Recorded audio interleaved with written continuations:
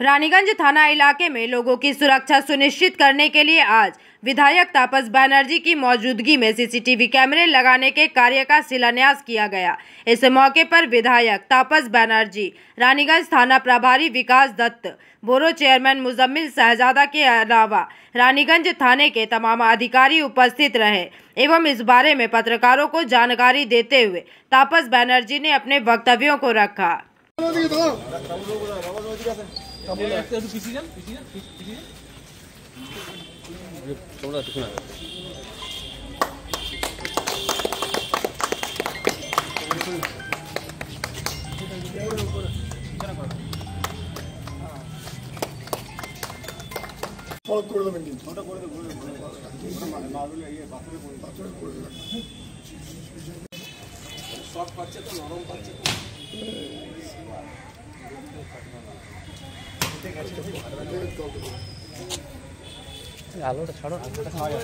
দেখুন, মানে যে কোনো কারণে অপরাধ বেড়েছে এবং অপরাধ বাড়ার সঙ্গে সঙ্গে তাকে ট্র্যাক করা মানে অনুসন্ধান করা খুব মুশকিল হয়ে যায়।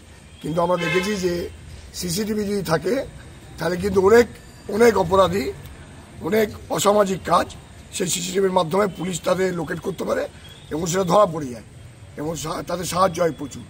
তো সেই দিকে লক্ষ্য রেখে রানীগঞ্জ থানার বড়বাবু আমাকে বলেছিলেন যে বিধায়ক এলাকা উন্নয়ন তহবিলে যদি এটা দেওয়া যায়, তো আমিও দেখলাম যে হ্যাঁ এটা দেওয়া যায়, এটা জনসাধারণের কাজ। সেই মতো 14,39,000 টাকার মতো 79 টাকার মতো টাকা একটা সরকার থেকে বিধায়ক এলাকা উন্নয়ন প্রকল্প থেকে এই টাকাটা ধার্য করা হয়েছে।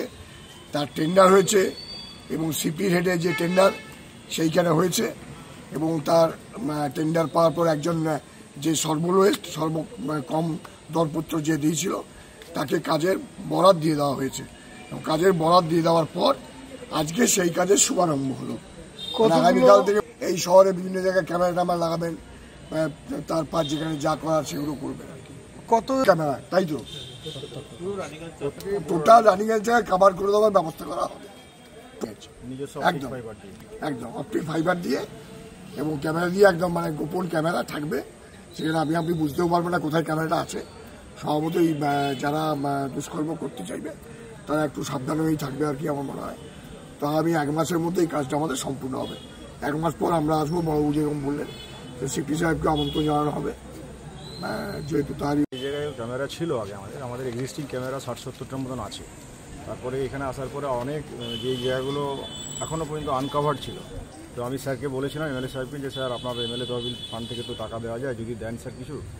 হ্যাঁ, আমি তো একটু বেশি টাকা চেয়েছিলাম, কত টাকা লাগবে। তো উনি বলার সাথে সাথে মোটামুটি এটা আমি প্রপোজালটা স্যারকে আগেই দিয়েছিলাম, মানে আগের বারে। তখন তো ফিনান্সিয়াল ইয়ারটা শেষ হয়ে গেছে, তো ফিনান্সিয়াল ইয়ার শেষ হয়ে যাওয়ার জন্য বললেন যে এইবার তো দিতে পারছি না, পরের বার আপনাকে দিয়ে দেবো। এবারে আমি ঠিক টাইমেই ফোনটা করেছিলাম, উনি বললেন যে না ঠিক টাইমে আপনি ফোনটা করেছেন, উইদিন 7 days টাকাটা উনি চিঠিপত্র লিখে টাকাটা পাওয়ার ব্যবস্থাটা করে দিয়েছিলেন। এবারে পেতে আমাদের একটু দেরি লাগলো, আমাদের যেহেতু নিজস্ব কোনো নেই, হেড নেই, অ্যাকাউন্ট নেই, সিপি সাহেবের অ্যাকাউন্টে টাকাটা গেল, তারপর থেকে টেন্ডার হলো, ওই জন্যই 2 মাস দেরি হয়ে গেল। নাহলে কাজটা আগেই হয়ে আমাদের ইচ্ছে ছিল, এমএলএ সাহেবেরও ইচ্ছে ছিল, আমাদের ডিসি সাহেব বা সিপি সাহেবের ইচ্ছে ছিল যে কাজটা পুজোর আগে ডেকে দেওয়ার তো নিয়ম নেই, আমার পছন্দের লোককে দিয়ে দিলাম। এরিয়াটা যেটা আছে রানীগঞ্জ থানা এলাকাটায় আমরা আগে এই যে কেবল অপারেটরদের অপটিক নিয়ে চালাতাম, এখন টোটাল এলাকাটাকে আমরা অপটিক ফাইবার দিয়ে আগে মুড়ে দেবো।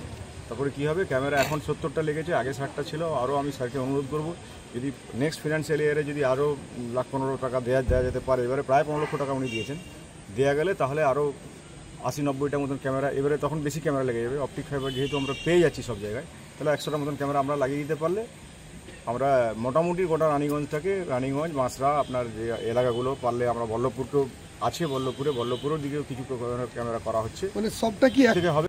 रानीगंज से सम्राट दास की रिपोर्ट, पीवीटीवी न्यूज़।